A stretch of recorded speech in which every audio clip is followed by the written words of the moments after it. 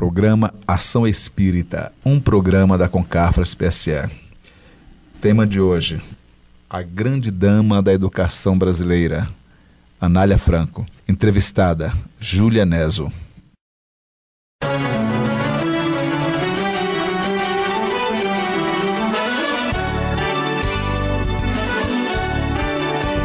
A partir de agora, você ouve Programa Ação Espírita, um programa da Concafras PSE. Entrevistas, músicas, notícias, esclarecimentos sob a luz do Espiritismo. Agora, eis o minuto decisivo. Abre o teu coração ao Cristo vivo. Não permita que o tempo marche em vão. Alta de Souza.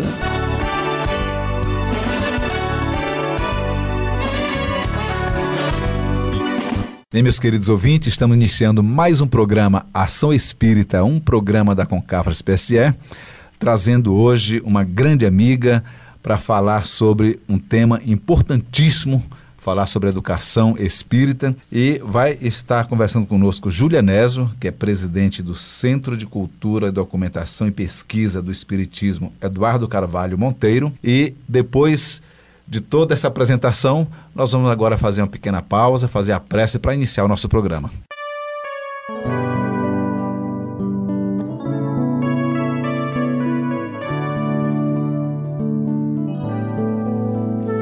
Deus Pai de infinita bondade e misericórdia, rogamos, Mestre querido, por nós, pelos nossos dirigentes, pelos nossos políticos, por todas as famílias, por todos aqueles, Mestre, que podem colaborar para que este mundo se transforme num mundo de paz, de solidariedade, de amor, onde cada um, Jesus, cumpra o seu papel, valorizando a vida em todos os seus aspectos. Obrigado, Mestre querido, pela oportunidade bendita de nascer, de viver, de colaborar com a tua criação. Obrigado. E que Deus, nosso Pai, permaneça em nossos corações, não só hoje, mas em todos os instantes das nossas vidas.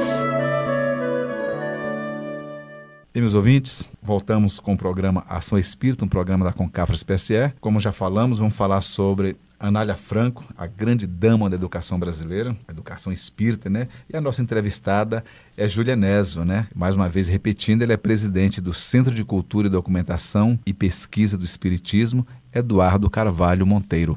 Boa tarde, Júlia. Tudo bem? Tudo bem. Muito obrigado. Bom, nós estamos muito felizes com a sua presença aqui. Acreditamos que temos aqui bastante assunto para falar sobre Anália Franco, que foi uma pessoa que deixou um legado muito grande para todos nós, né? Hoje é uma referência na educação espírita brasileira e nossos ouvintes tenho certeza que estarão atentos durante todo o programa para acompanhar a história dessa grande mentora espiritual, que é a Anália Franco. Muito bem.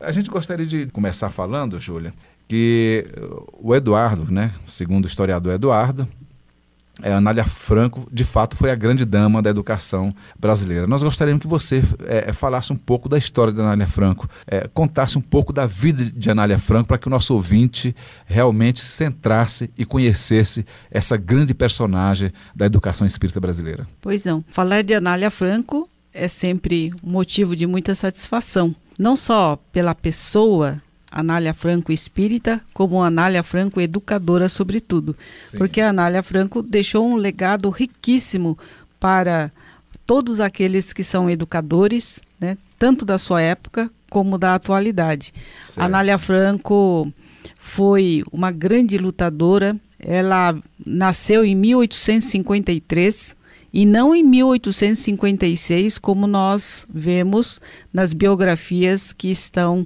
divulgadas no movimento 1853, né? E não em 1856. Sim. Por quê? Isso foi uma pesquisa, foi levantado pelo Eduardo Carvalho Monteiro, porque todos os biógrafos diziam que ela havia nascido em 1856. Mas acontece que ele encontrou um documento, um batistério, né? Que é o certidão de batizado da Anália de março de 1853. Então, não poderia ser batizada antes do nascimento. Com certeza. Evidentemente. Então, hoje nós estamos corrigindo, né, a data, a biografia, né, de Anália Franco, claro, que ela então nasceu em 1853, nasceu no dia 1º de fevereiro e ela foi batizada em março deste mesmo ano. Olha só. E o Eduardo conseguiu mais do que confirmado, né, Júlia? Mais do que confirmado. E a Anália Franco, ela morreu, desencarnou em 1919, aos 66 anos de idade. Mas neste período, né, entre o seu nascimento, quando ela era jovem, já ajudava sua mãe, que era uma professora. Também ela se tornou uma professora e aos 17 anos de idade, a Anália já auxiliava a sua mãe, dando aulas, né, no colégio onde a sua mãe trabalhava. Então, já tinha uma vocação natural. Ela se formou logo em seguida na antiga escola normal, que hoje chama-se magistério, mas antigamente nós chamávamos de escola normal. Também fiz o curso normal, como a Anália Franco fez, né? Na minha época também era curso normal. E ela, o que ela se destacou como uma educadora é que ela não foi somente uma boa professora. Ela foi uma grande, vamos dizer assim, uma pessoa de visão de futuro. E quando ela percebeu que o Brasil estava atravessando naquele período da escravidão, quando aconteceu a lei do ventre livre. Sim. E nessa época, quando os escravos, aqueles que nasciam filhos de escravos, seriam livres. E os senhores das fazendas expulsavam as crianças das fazendas porque não serviam para ser escravo, que a lei dizia que eles eram livres. Então, a quantidade de crianças que foram abandonadas, porque os próprios fazendeiros não queriam a criança, mas os pais das crianças não podiam sair, que continuavam escravos. As crianças era supérfluo, né? Era considerado produto supérfluo, pois né? Era criança que só iria dar a despesa, né? Olha só. Tinha que alimentar, então eles eram expulsos das fazendas.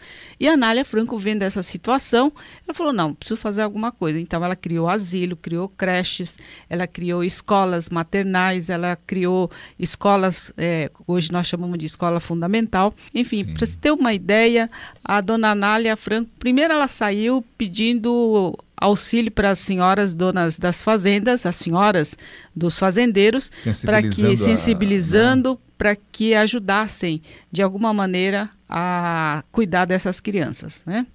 Em São Paulo, por exemplo, tinha a Santa Casa de Misericórdia e nessa época a notícia era bastante grande que existia uma roda onde as crianças eram abandonadas naquele local.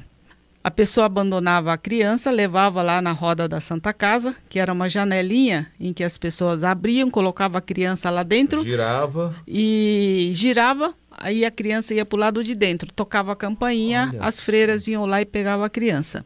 E onde que ia colocar essa criança? Aí a Anália Franco falou, não, nós precisamos ter creche, precisamos ter asilos. Então ela começou a criar asilos também, não só escolas, como também os asilos. E olha a visão dessa senhora, né? Não só criava instituições para abrigar e cuidar das crianças que eram abandonadas, como também ela tinha uma metodologia própria de ensino. Essa metodologia é uma metodologia que hoje nós falamos, puxa, mas como que 100 anos atrás essa senhora já tinha uma visão tão grande na área de educação. Mas ela ia para a França, ia buscar conhecimento, ela ia para a Europa. Eu acredito que, espiritualmente falando, ela trabalha na mesma linha, por exemplo, de Pestalozzi, do Froebel, ela trabalha na mesma linha de Kardec. Então, deve ser um grupo de espíritos que pertencem, né, a uma determinada equipe com uma missão definida na Terra. E a Anália Franco, acredito eu, que tenha sido uma dessas pessoas, e justamente nas terras brasileiras, que era uma terra ainda somos bastante pobres, mas na época éramos bem piores, né? Sim. Hoje nós temos ainda muitas dificuldades de sobrevivência, muitas pessoas ainda passando necessidade no nosso Brasil, mas eu imagino que naquela época as coisas eram bem piores do que hoje. E nessa época, então, a Anália Franco, ela criou 28 escolas maternais. Primeiro ela criou uma associação. E o volume de criança era muito grande, né, Júlia? Muito, muito grande mesmo. Quer dizer, e a visão dela, você vê, você falando aí, eu estava aqui visualizando, a visão dela não era fazer depósito de criança, né? Não. Recolher essas crianças e depositar em algum lugar, né? Para criar como animais. Não era. Né? Olha, na época tinha eles designavam salas de asilo. Sim. Era uma terminologia utilizada na Europa, que eram as creches, eram chamadas de sala de asilo. Ela, no Brasil não se chamava sala de asilo, chamava-se escolas maternais. Que ainda utilizam até hoje. Até hoje. Ela fez uma denominação naquela época. Isso, que é muito atual. Que é muito atual. E olha, é que não dá tempo da gente contar aqui, mas o programa de ensino da dona Anália Franco é uma coisa extraordinária.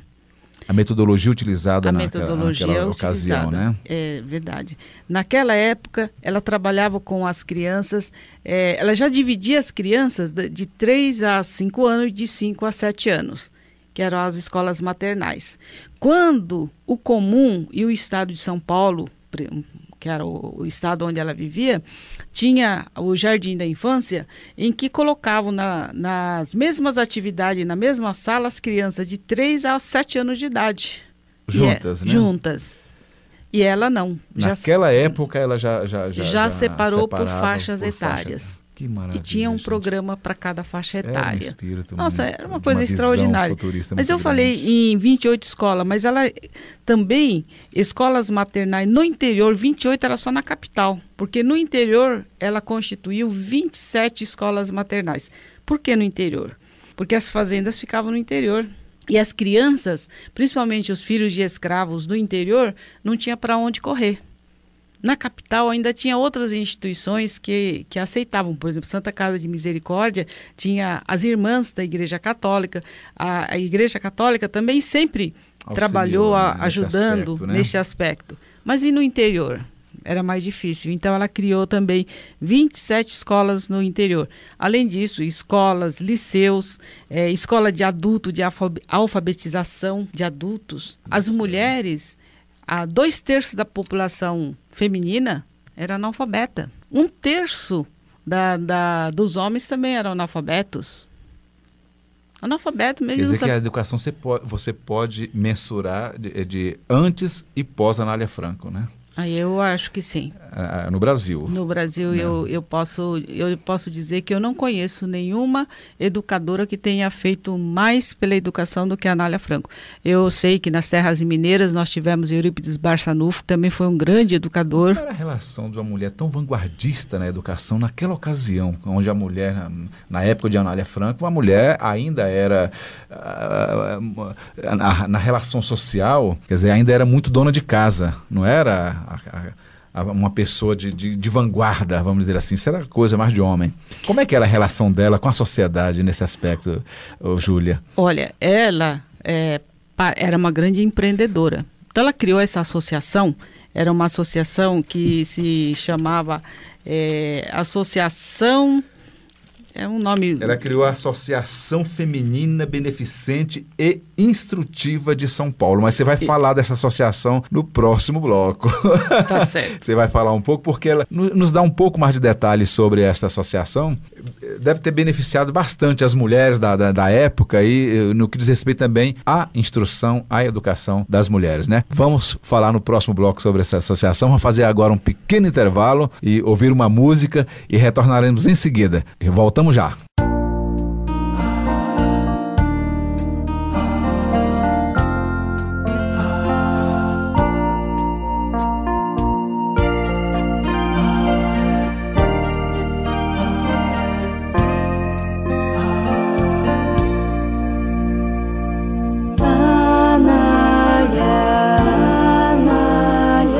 Pensando em ti,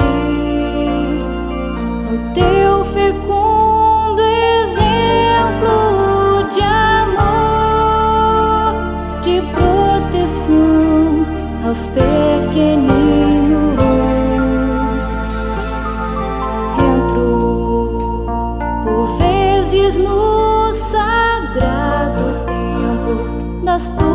as obras dos teus ensinos, cheio de espanto, mudo e respeitoso, quedo-me diante do seu nobre vulto,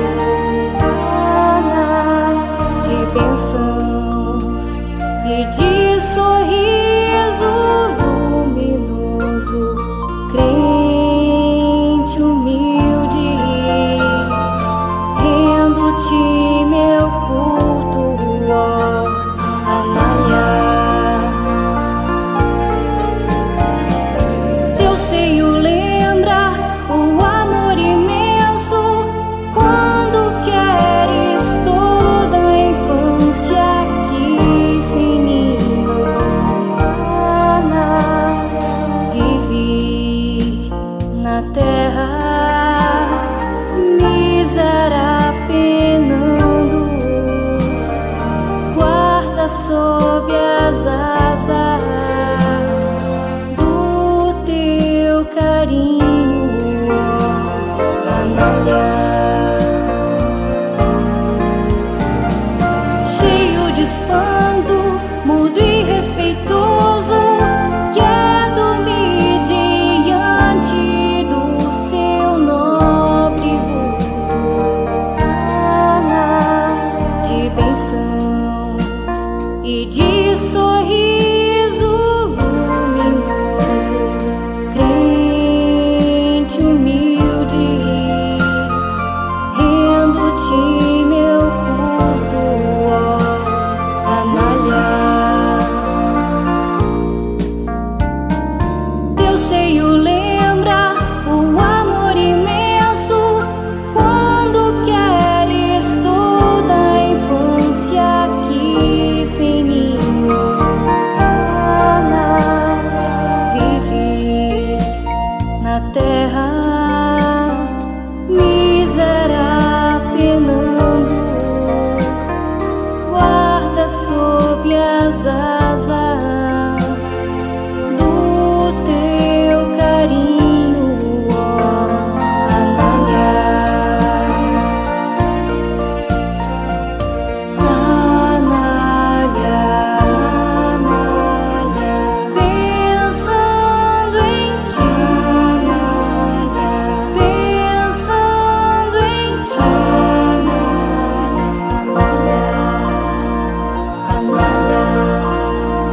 Anália.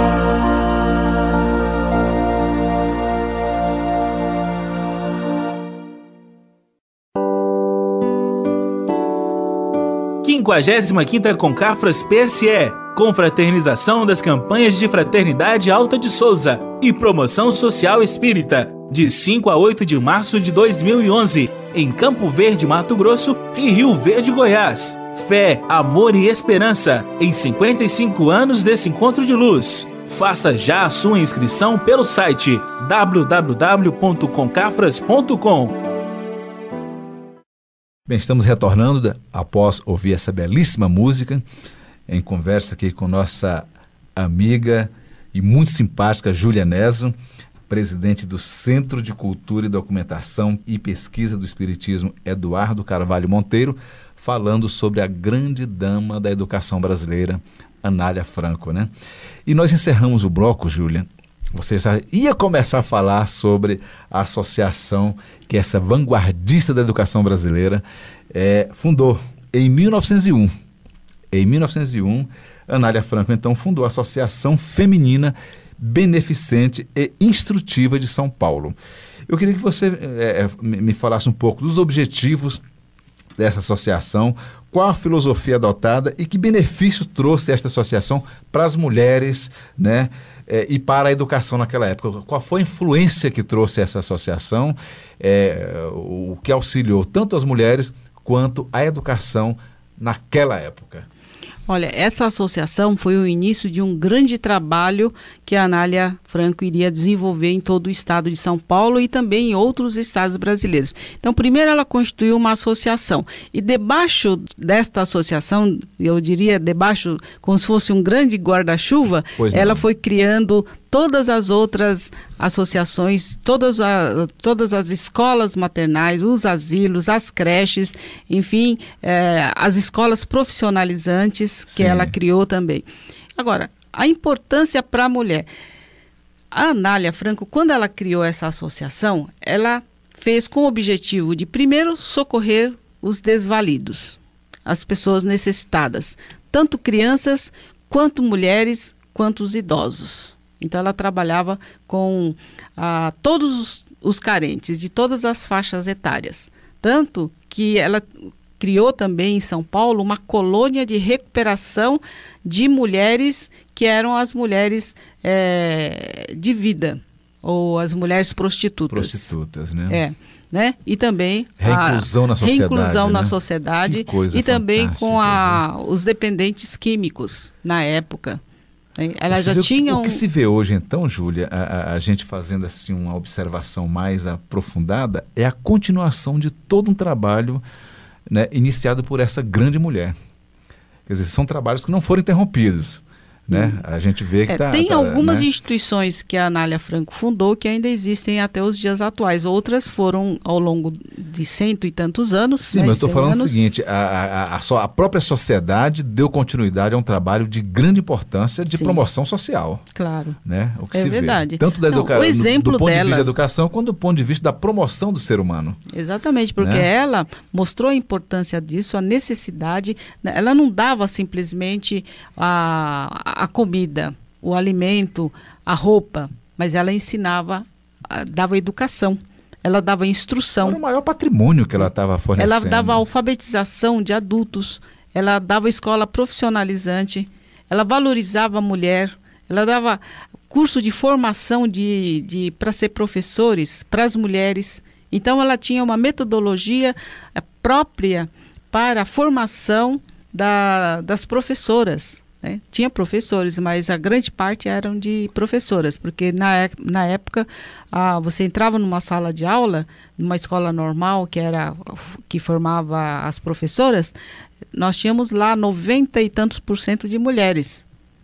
Sim, normalmente. Hoje não. Hoje as classes são bastante mistas, né?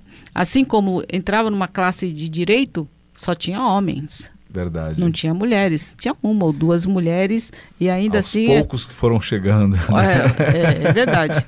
Então, e a Anália Franco, quando ela fundou essa associação, muitas pessoas perguntam como que ela conseguia manter tudo isso. Olha, ela ia atrás das senhoras, que eram as esposas dos fazendeiros, ela ia atrás do prefeito, ela ia atrás dos banqueiros, os banqueiros davam empréstimo para ela a longo prazo, naquela época não tinha essa inflação maluca que nós temos hoje, não é?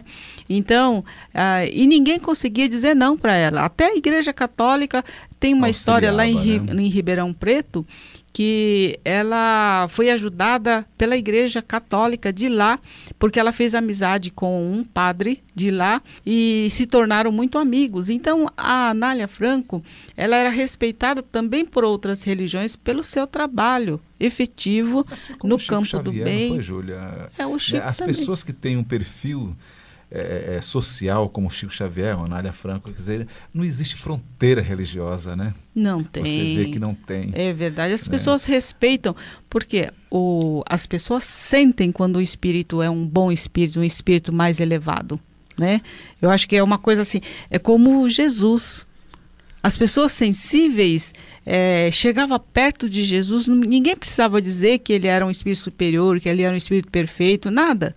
As pessoas sentiam. Com certeza. Então, você chega perto do Chico, como muitas vezes eu estive com ele, então nós sentimos a elevação, até pela vibração da pessoa. E a Anália Franco, acho que ela não devia ser diferente. Agora, Júlia, nós sabemos que a mulher teve uma grande dificuldade de se inserir no mercado de trabalho, de se inserir como elemento social participativo, né? Ela demorou a se estabelecer. A gente percebe que esta associação, ela parece que ela veio como um instrumento, eu não digo libertador, mas de inserção da mulher na vida, tanto no meio social quanto no meio laborativo. Né, porque me parece que foi uma oportunidade muito grande, porque o conhecimento traz a libertação, e a mulher, quando ela toma conhecimento da sua força e tem o seu conhecimento, ela também tem argumentos, né? Então eu percebo aqui que a associação foi um instrumento muito grande de inserção da mulher no mercado de trabalho também, né? Porque foi uma preparação da mulher. Foi, ela preparava as mulheres, ela alfabetizava as mulheres, ela valorizava a mulher, né? E também nessa época, como nós já dissemos aqui, você também falou, a mulher era simplesmente uma dona de casa. E ela mostrou que não, que a mulher também poderia ter funções, atividades, trabalhos, né, remunerados dentro da nossa sociedade.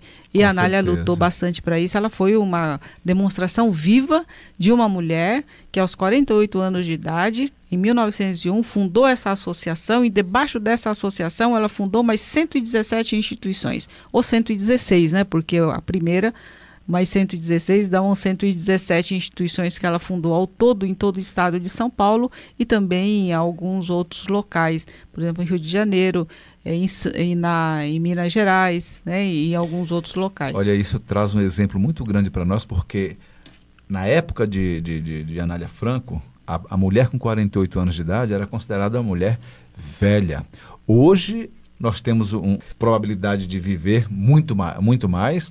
48 anos hoje é jovem, mas naquela ocasião era considerada já uma pessoa de idade bastante avançada, e ela estava iniciando um processo revolucionário no Brasil.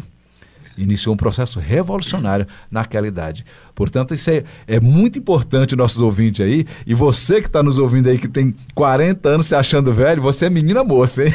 É verdade. Tem toda a condição de fazer muito por você e pelo nosso país, com certeza.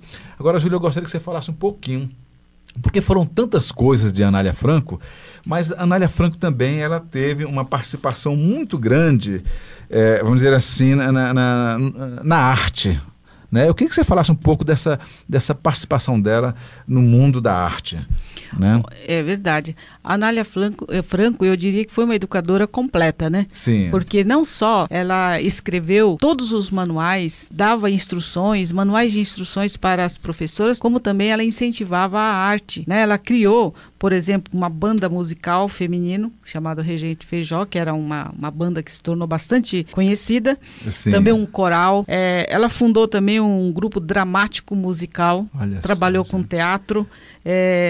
Também um grupo de teatro profissional, um teatro infantil para crianças carentes também. E tem muitas peças escritas por Anália Franco, tem poemas, tem poesias, tem contos, tudo isso que ela escrevia e deixou aí. Tinha uma escola dramática onde ela formava os futuros atores. Veja só, gente, isso é coisa naquela época, né? Também, olha, e uma escola de música também. Então tudo isso foi a contribuição dela dentro da arte. Uma escola de música. Imagina, naquela época, ser ator, ser atriz, era assim, uma profissão não muito benquista, né? E ela valorizou isso. Então, se você pegar o manual das escolas deixados por Anália Franco, eu estou até pensando, quem sabe, se nós conseguiríamos aí um patrocinador, a gente poderia até editar esse material da Anália Franco, sabe? Juntar esse material. Nós temos uma parte lá no Centro de Cultura, porque o Eduardo foi juntando esse material e as pessoas também foram enviando para ele. Tem uma escola lá chamada Anália Franco em Jundiaí, que é um pessoal muito amigo do Eduardo, então também trouxeram parte das coisas que tinham da Anália Franco. Quem sabe a gente pode até editar esse material para que nós possamos verificar como era o conteúdo que essa senhora trazia. Agora, né? Júlia... E não era um conteúdo assim alheio, não. Era um conteúdo que está na linha de Pestalozzi.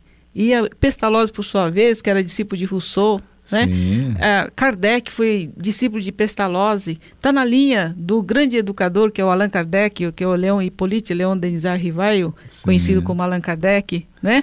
Também está na linha do Froebel, que também ele era muito espiritualista, passou 2 anos lá estudando no Castelo de Verdun com Pestalozzi, então também trouxe algumas coisas que a Anália Franco utilizava.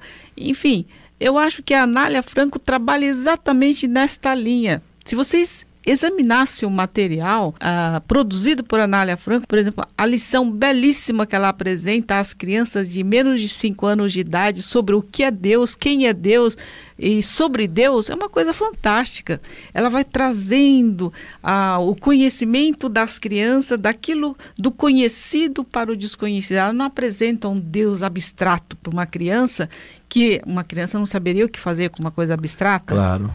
Uma criança não tem ideia de um Deus, muito menos de um Deus que castiga, né? Como nós aprendemos nas escolas, quando nós fizemos a escola primária, nós não aprendemos um Deus que castigava. Pois olha, aterrorizante. Pois olha, se vocês verem o material da Anália, não é um Deus que castiga, mas é um Deus que ela vai apresentando primeiro as coisas conhecidas das crianças e arguindo as crianças, questionando as crianças, para que as crianças vão respondendo devagarzinho, chegando à conclusão do que seja a figura do Pai Celestial. Olha, nós vamos, a gente começa a falar de Anália Franco, a vontade que a gente tem de ressuscitar todo esse material e colocar em prática hoje, né? Mas vamos continuar essa conversa no próximo bloco. Vamos fazer um pequeno intervalo, ouvir uma belíssima música e voltaremos em seguida. Vamos à música?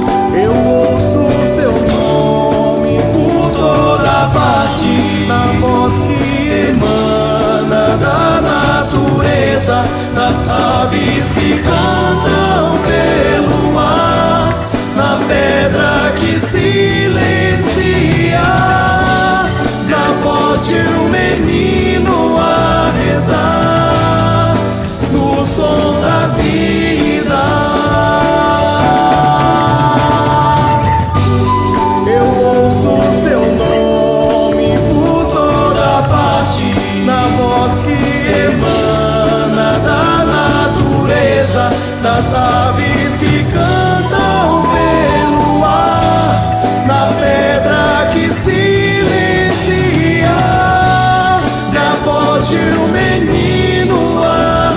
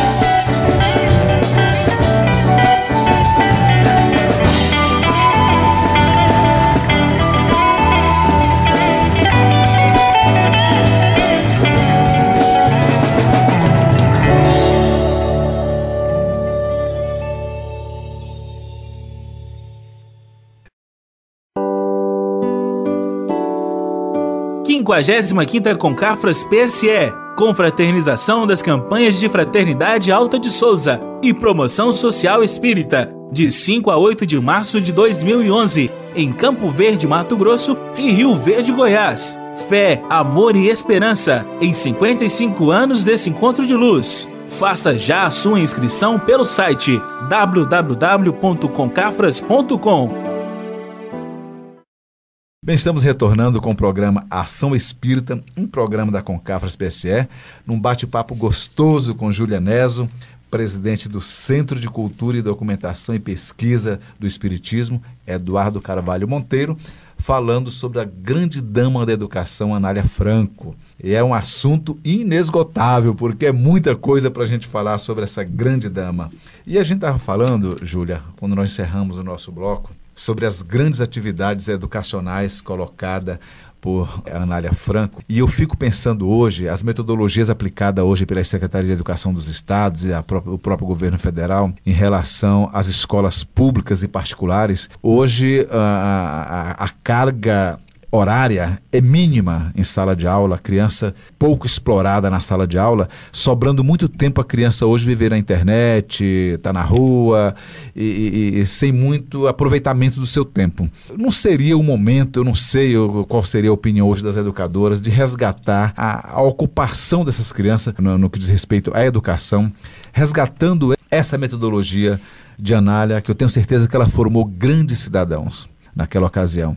E hoje as escolas que aplicam essas metodologias, em que a criança tem sala de aula, mas tem atividade extraclasse e socialmente trabalhada ali sob a orientação de um mestre, a gente percebe que é uma criança diferenciada das outras escolas. O que existe hoje de positivo em relação a esse resgate educacional? Olha, eu vejo que os espíritas, a exemplo deste encontro que nós participamos, do encontro Eurípides Barçanufo, nós temos iniciativa de escolas espíritas que estão buscando colocar a metodologia de Anália Franco, de Eurípides Barçanufo, de Kardec, de Pestalozzi. São exemplos belíssimos, né, Júlia? Que tem aí um legado, um resultado palpável, concreto, não é isso? É verdade. De boa educação. Eu acho, não sei assim o número exato, mas eu acho que nós temos mais de 40 escolas espíritas hoje no Brasil. Já é uma iniciativa bastante válida e eu acho que a tendência é de crescer bastante. Tem outros grupos também trabalhando a pedagogia espírita. Né? Nós temos aí a Associação Brasileira da Pedagogia Espírita, nós temos diversas associações da pedagogia locais, regionais também. Então, não só no estado de São Paulo, como também no Norte e Nordeste também tem essas iniciativas. Então, hoje eu vejo que dentro desta visão espírita da educação, nós vamos aos poucos levedando a massa. Porque se a educação dada pelos poderes públicos não estão de uma certa maneira, né, eu acho que não atendendo, não chegando, conseguindo os objetivos da educação, porque a educação, como dizia Kardec, né, é diferente de instrução. Então, o que nós precisamos é de educação e não somente da instrução. Hoje as escolas, os professores, eles foram conduzidos a deixarem de ser educadores e passaram a ser instrutores. Então, apenas despejam a matéria da grade curricular, porque eles têm que cumprir o currículo, e depois, se aprendeu, aprendeu, se não aprendeu, não aprendeu. Porque eu acho que não era assim que a Anália Franco trabalhava, não era assim que os grandes educadores trabalhavam. E esse resgate que você acaba de falar aí, que está se concretizando por meio da educação espírita, eu gostaria de saber como foi o contato de Anália Franco com o espiritismo, porque eu acho que ela não nasceu em berço espírita. Né? Não, ela nasceu... Eu gostaria de saber como foi o contato de Anália Franco com a doutrina espírita, porque também foi aí um grande exemplo da nossa doutrina. É verdade, a Anália Franco escreveu coisas belíssimas sobre o espiritismo, e quando você analisa os manuais escritos por ela, ela não fala assim declaradamente de reencarnação, ela não fala da continuidade da vida ou da vida espiritual, como diz a doutrina espírita, mas nós verificamos pelo conteúdo dos seus ensinamentos que ela trabalha a criança enquanto ser espiritual. e ela procura trabalhar a criança também enquanto um ser, o seu conjunto integral, né? Não só de emoção, inteligência, mas também a questão espiritual da criança como um ser reencarnante, como somatória das suas próprias aquisições, tanto que ela respeitava as diferenças individuais, ela trabalhava a parte intuitiva da criança, né? E tudo isso ela aprendeu dentro da doutrina espírita. Sim. Então, a Anália Franco conheceu, né, o seu marido, o seu Bastos, com quem ela se casou, ele era espírita. Sim. Então, também foi mais uma força, né, para que a Anália Franco pudesse trabalhar dentro dos preceitos da doutrina espírita. E embora naquela época, não é como hoje, que hoje ser espírita é fácil, né? Hoje ser espírita é uma maravilha. Você chega num lugar e fala que é espírita, as pessoas até falam, por isso que você parece ser uma boa pessoa, né? Porque você é espírita, então as pessoas já ligam a pessoa espírita com uma pessoa que tem uma ética, uma moral, etc. Então isso é muito positivo para nós. Mas naquela época havia perseguições, né? O seu Eurípides foi perseguido, o Batuíra foi perseguido, o Caio Bachuto foi perseguido, exemplos, né, todo Júlia, mundo. De personagens aí, claro, de vultos espíritas que passaram por grande dificuldade em suas vidas. Exatamente. Por ter se declarado espírita publicamente. Espírita publicamente. Então, o ensino da Anália Franco, você não vai encontrar certas palavras, reencarnação, ou então outras perispírito, coisas, terminologias, termos técnicos, né? Entre aspas, né? Termo técnico espírita, etc. Não, você não vai encontrar. Mas ao analisar o conteúdo, você enxerga toda a doutrina espírita sendo trabalhada ali com as crianças no seu conteúdo programático, inclusive. Eu vejo a Anália Franco trabalhando a questão da sensibilidade, da intuição, trabalhando a criança, mesmo quando ela trabalha, 100 e tantos anos atrás, ela já trabalhava com jogos, ela trabalhava de uma maneira lúdica, sim, com músicas, com educação física. Então, toda essa herança dos grandes educadores, principalmente de Kardec, né, que é o codificador, e do seu mestre, que era o Pestalozzi. Nossa, se nós fôssemos fazer uma comparação, dá para comparar N trabalho da Anália Franco com o trabalho de Pestalozzi, por exemplo. Existe muita afinidade, né, entre o trabalho de um e o trabalho de outro. Então, e a Anália Franco não escondia que ela era espírita. E ela sabia que existia na sociedade uma rejeição aos espíritas, mas nem por isso ela se deixava de se declarar espírita, e ela tinha amigos da Igreja Católica que sabiam que ela era espírita e, entretanto, a apoiava sempre que ela necessitava. Agora, Júlia, você que está aí ainda em plena atividade educacional, o conhecimento da grande dama, conhecer a obra, conhecer a postura, conhecer a metodologia de Anália Franco hoje, para os educadores, tanto espírita quanto não espírita, qual é o benefício? Eu gostaria que você desse uma pincelada para o nosso ouvinte que ali está, aquela que se propõe hoje a se tornar uma educadora, a entrar numa sala de aula e conduzir almas. O que representa a vida e obra de Anália Franco para esta educadora que vai iniciar seu processo de vida na educação? Olha, a gente ensina pelo exemplo. Sim. Né? Então não adianta você chegar e dizer assim para o nosso aluninho, nem para os nossos filhos, nem para os nossos amigos: olha, faça o que eu faço, mas não faça o que eu digo, mas não faça o que eu faço. O exemplo arrasta multidões. Né? O exemplo arrasta multidões. Então eu acho que todos os educadores, inclusive os não espíritas, se fosse possível, eu acho que deveria fazer parte do estudo dos grandes educadores, assim como nós estudamos diversos educadores. Eu acho que a Anália Franco seria digna de ser estudada. Eu também acho.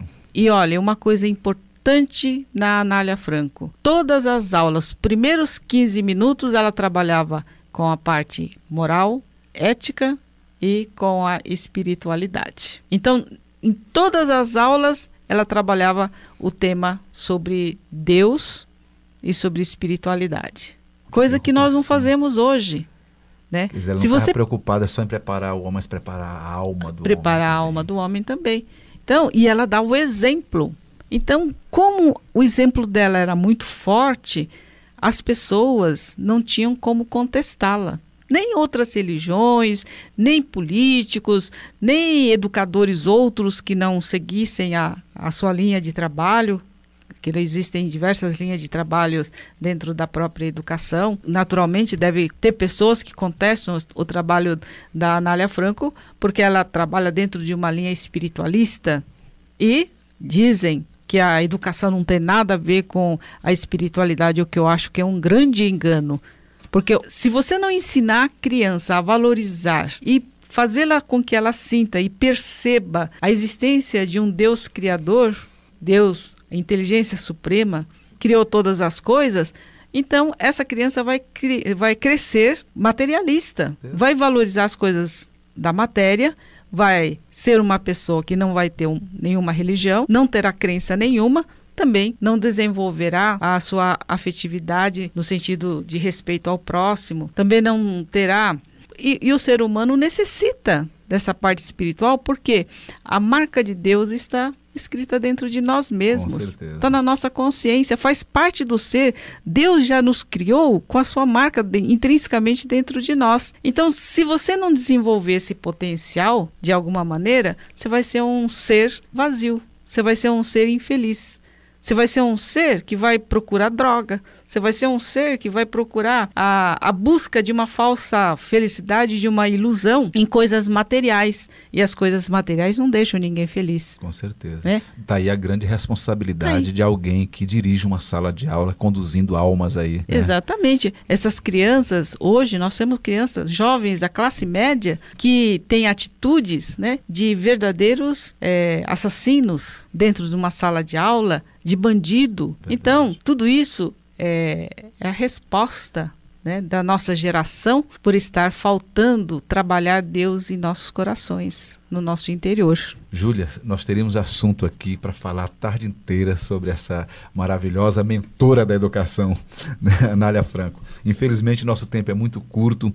Nós queríamos te agradecer. Temos certeza que o programa Ação Espírita terá o privilégio de tê-la novamente em outra ocasião,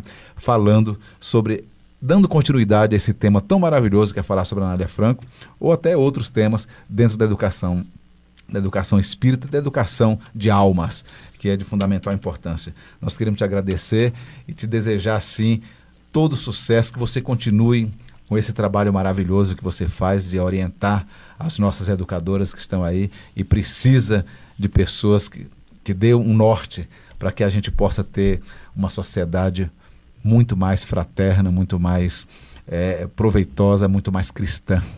Né? Muito obrigado, Júlia. Obrigada, eu. E os nossos ouvintes com certeza estão ávidos aí, aguardando um momento importante, que é um momento de acréscimo de conhecimento, porque nós vamos passar para o nosso quadro Você Sabia? Você sabia? Você sabia? Aprendendo juntos um pouco mais.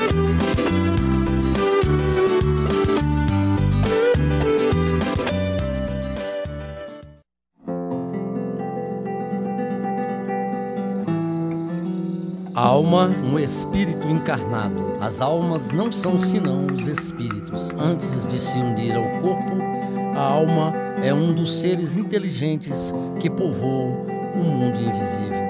O homem é, portanto, formado de 3 partes essenciais. O corpo, ou ser material, análogo a dos animais e animado pelo mesmo princípio vital. O princípio intermediário, ou perispírito, substância semimaterial que serve de primeiro envoltório ao espírito e liga a alma ao corpo. A alma, espírito encarnado que tem no corpo a sua habitação. Bem, meus amigos, depois desse momento de Você Sabia, né, trazendo aí novidades para você, é hora de pegar lápis e papel na mão para que a gente possa acompanhar o que está acontecendo neste Brasil afora em relação ao movimento espírita. Portanto, vamos anotar, porque é hora de notícias do movimento. Notícias do movimento. Lápis e papel na mão para ficar sempre atualizado.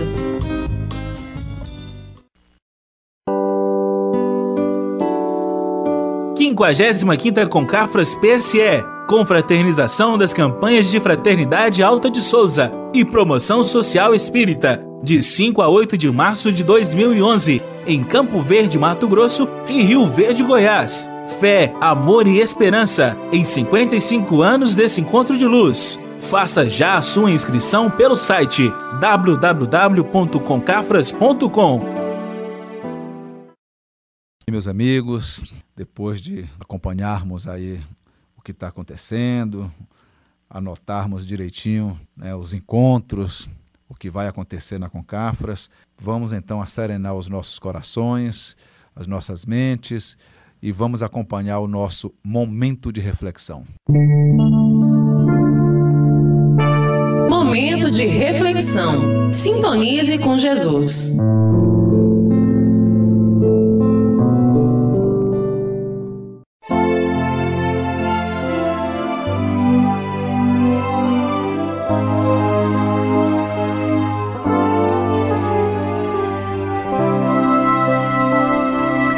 Do livro Vigiai e Orai, de Carlos Bachelet, caminha e chegarás. Não des guaridas aos maus pensamentos. Reage contra todo e qualquer estado de abatimento que persista em ti. A ideia acalentada tende a se expressar em ação. Não dialogues sem proveito. Permite-te a emoção das lágrimas, mas também derrama suor.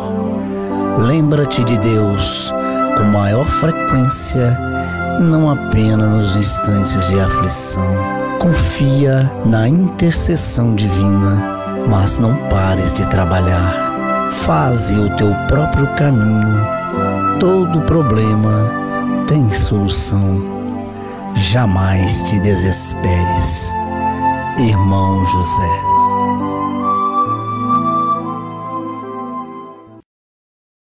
Estamos chegando ao final do nosso programa, né, turma? Então, a gente passou uma hora junto, conversando, refletindo, falando do nosso bem maior, que é Jesus Cristo, e estamos aguardando que no próximo domingo estejamos juntos nesse mesmo horário, ouvindo o nosso programa, refletindo sobre as nossas lições aqui trazidas, sobre as orientações que a gente procura trazer de forma que possa nos auxiliar na condução de nossas vidas. Mas antes de realmente encerrar o programa, nós temos que lembrar do maior evento espírita que acontece nesse Brasil, que é a nossa Concafras. 55ª Concafras PSE, confraternização das campanhas de Fraternidade Alta de Souza e Promoção Social Espírita, de 5 a 8 de março de 2011, em Campo Verde, Mato Grosso e Rio Verde, Goiás. Fé, amor e esperança, em 55 anos desse encontro de luz. Faça já a sua inscrição pelo site www.concafras.com. Nós do programa Ação Espírita vamos desejar a todos vocês um bom final de dia, que possa aproveitar em família e no próximo domingo estaremos juntos. E o programa Ação Espírita deseja a você uma boa tarde e que Deus esteja no coração de cada um de vocês. Você ouviu Programa Ação Espírita, um programa da Concafras PSE. Agora, eis o minuto decisivo. Abre o teu coração ao Cristo vivo. Não permita que o tempo marche em vão. Alta de Souza.